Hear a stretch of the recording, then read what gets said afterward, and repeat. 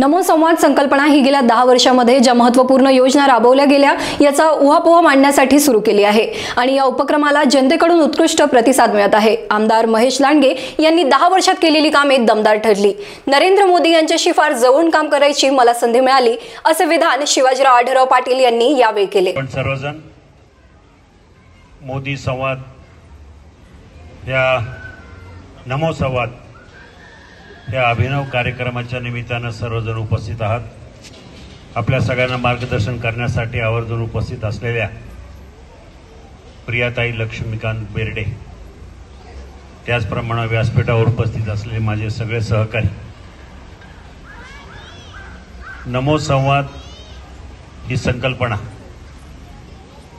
भाजपच्या मध्यवर्ती कार्यालयातून यासाठी उदयास आली की गेल्या 10 वर्षांमध्ये मोदीजींनी या देशासाठी आणि प्रत्येक राज्यासाठी ज्या ज्या काही महत्त्वपूर्ण योजना राबवल्या, जी जी काही धोरणं आखली देशामध्ये परदेशामध्ये, त्याचा फायदा आपल्या जनतेला कसा झाला, भारतीयांना कसा झाला, या संदर्भामध्ये उहापोह करण्यासाठी ही संकल्पना मांडण्यात आली। आणि मी पाहतोय की सगळ्या मतदारसंघामध्ये हे नमो संवादचे कार्यक्रम संपन्न होत असताना त्याला खूप मोठ्या प्रमाणात लोकप्रियता आणि जनतेचा प्रतिसाद मिळत आहे। तसंही आपल्या भोसरी विधानसभा मतदारसंघामध्ये पुरतं बोलायचं झालं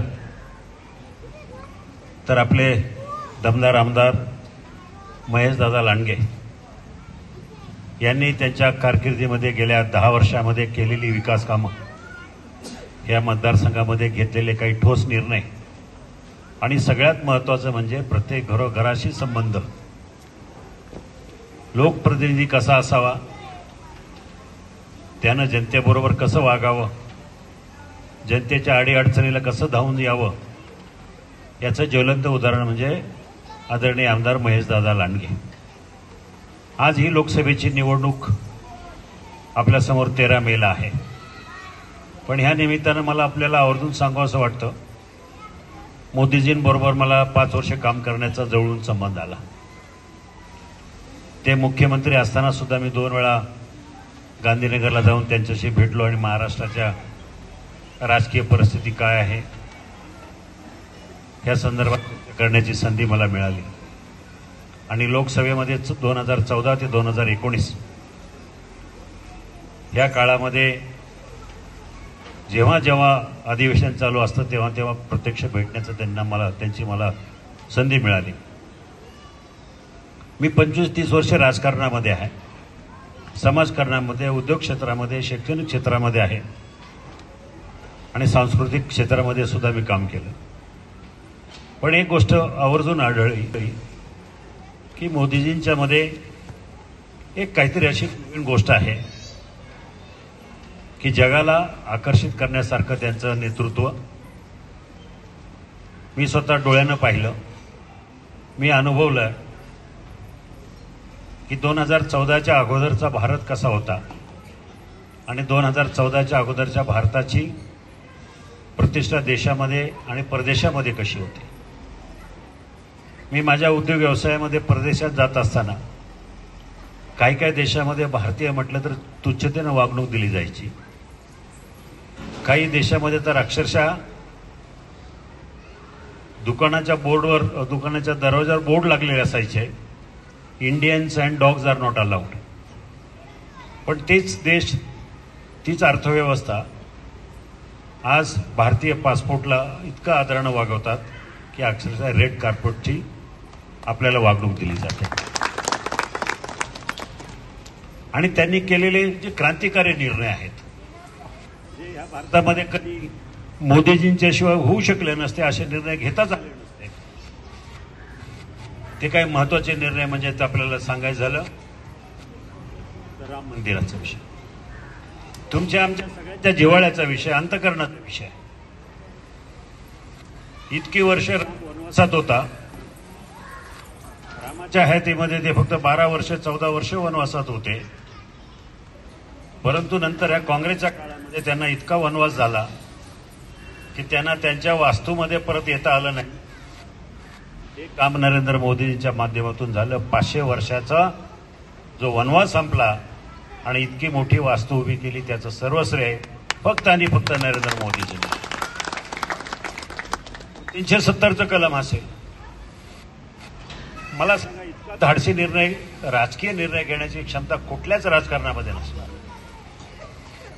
त्याचे परिणाम काय होतील याची पर्वा नरेंद्र मोदीजींनी कधीच केली.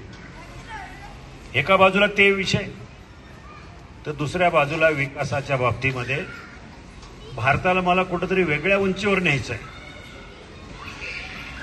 मग स्वच्छ भारत गेलं, साधी योजना आहे, पण ती योजना इतक्या सूक्ष्म पातळीवर राबवण्याचा प्रकार झाला की गावोगावी स्वच्छ भारत यासाठी एक स्वतंत्र मंत्रालयासारखा दर्जा देऊन एक मोठा विभाग तिथं स्थापन करण्यात आला आणि त्या माध्यमातून इतकी मोठ्या प्रमाणात शौचालयाची बांधणी झाली. अगदी आता हल्ली जर बघायला गेलं तर जलजीवन मिशन, पूर्वीच्या आमच्या योजना असायच्या गावोगावी 12 लाख, 20 लाख, 35 लाख वगैरे, 80 लाख, 35 लाख वगैरे, 80 लाख वगैरे अशा प्रकारच्या. पण आताच्या योजना ज्या आहेत त्या खऱ्या अर्थानं लोकांमध्ये घरोघरी पाणी पोचलं पाहिजे. काँग्रेसच्या काळामध्ये झालेल्या सगळ्या पाणी पुरवठा योजना आज 86% योजना बंद आहेत. कारण त्याच्यामध्ये एकतर भ्रष्टाचार किंवा अपुरं नियोजन. पण मोदीजींनी जी योजना आणली, जलजीवनची योजना, त्या योजनेच्या माध्यमातून आपल्या शिरूर लोकसभा मतदारसंघापुरतं जर बोलायचं झालं तर माझ्याकडं PM ऑफिसवरून डेटा येतो. प्रत्येक उमेदवाराला माहिती मिळते की आपल्याकडनं जवळजवळ 13,38,000 नळ कनेक्शन, म्हणजे 13,38,000 घरांमध्ये पाणी पोहोचलेलं आहे गेल्या 5 वर्षात. प्रधानमंत्री ग्राम सडक योजना असतील, PM किसान योजना असतील, प्रधानमंत्री किसान सन्मान योजना. पूर्वी कुणी काय म्हणत असते, पूर्वी प्रचार व्हायचा की अमुक साहेबांनी 70,000 कोटीची कर्ज माफी योजना केली, झाली त्याला 15-20 वर्ष झाली. पण त्याचा प्रचार अजूनही होत आहे की शेतकऱ्यांसाठी ही योजना राबवली. अजूनही त्याचे गोडवे गायले जातात. पण एक गोष्ट कोणी लक्षात घेत नाही, मोदीजींनी अंमलात आणलेली PM किसान सन्मान योजना, त्या योजनेच्या माध्यमातून आज देशामध्ये 12 कोटी शेतकऱ्यांना 6,000 रुपये प्रत्येक वर्षी, म्हणजे 72,000 कोटी प्रत्येक वर्षी दिले जातात. मग 5 वर्षाचे किती होतात? 3,60,000 कोटी रुपये. हे एका 5 वर्षाची शेतकऱ्यांना डायरेक्टली शेतकऱ्याच्या खात्यावर दिली जाणारी ही योजना आहे. मोफत, म्हणजे अनुदान आहे, शेतकऱ्यांसाठी मदत आहे. आणि पुढच्या 5 वर्षासाठी सुद्धा ती योजना राबवली जाणार आहे. हे मोदीजींनी आता जाहीरनाम्यामध्ये प्रसिद्ध केलं. संरक्षण विभाग आपण आता परिपूर्ण झालेलो आहे. पूर्वी आपल्याला पाकिस्तान असेल, श्रीलंका असेल, बांगलादेश असेल, याच्याकडनं छोटे छोटे लोक सुद्धा आपल्या टपल्या मारायचे. पण आज मला अभिमानानं सांगावंसं वाटतं, ज्यांनी आपल्याकडे वाकडी नजर केली तो पाकिस्तान आज अन्नाला मोहताज झालेला आहे. त्यांचे खायचे वांदे झालेले आहेत. जी श्रीलंका कधीतरी वाकड्या नजरेनं आपल्याकडे बघायची, त्या श्रीलंका देशाचं म्हणजे दिवाळं निघालं होतं आणि त्यांना त्या गर्तेतून बाहेर काढण्यासाठी मोदीजींनी हातभार लावला, मदत केली, म्हणून तो देश पुन्हा उभा राहिला. ही दहशत असते हो. मी आदरयुक्त दहशत म्हणतो. दहशत अशी नाही तर आदरयुक्त दहशत आहे की हा एक दरार आहे.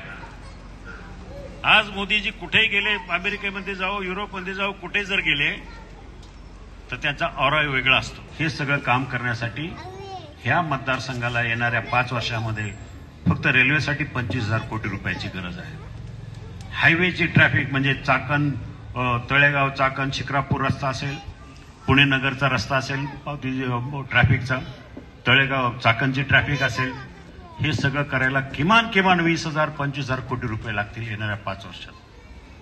जर शिरूरसाठी आपल्याला 25 आणि 25 50,000 कोटी रुपयाची गरज आहे, तर ते आणण्यासाठी त्यांच्याच विचाराचा जर खासदार असेल तर ते योजना, ते पैसे आणण्यासाठी आपल्याला मदत होईल.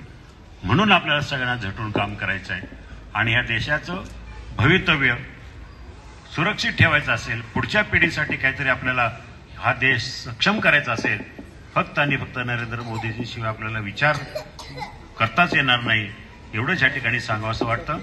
मला मोठा महत्त्वाचा कार्यक्रम असल्यामुळं मी सगळ्या प्रमुख वक्त्यांची रजा घेतो आणि विनंती करतो की 13 मेला या निवडणुकीमध्ये मी उमेदवार म्हणून उभा आहे. तुम्ही मला 15 वर्ष या विभागामध्ये काम करताना पाहिलं. लोकांच्या सुखदुःखामध्ये सत्ता असो किंवा नसो, अगदी गेल्या 1.5 वर्षात एकनाथ शिंदे आणि देवेंद्रजी फडणवीस यांच्या माध्यमातून मी खासदार नसताना माजी खासदार म्हणून 15 महिन्यात 1500 कोटी रुपयाचा निधी संपूर्ण शिरूर लोकसभा मतदारसंघासाठी आणू शकलो. आपण जर ताकद दिली तर त्याहीपेक्षा मोठा निधी आपल्याला आणायला मदत होईल, एवढंच या ठिकाणी सांगून थांबतो. सचिन वायासह नंदू बोराडे, स्टार महाराष्ट्र न्यूज, भोसरी, पुणे.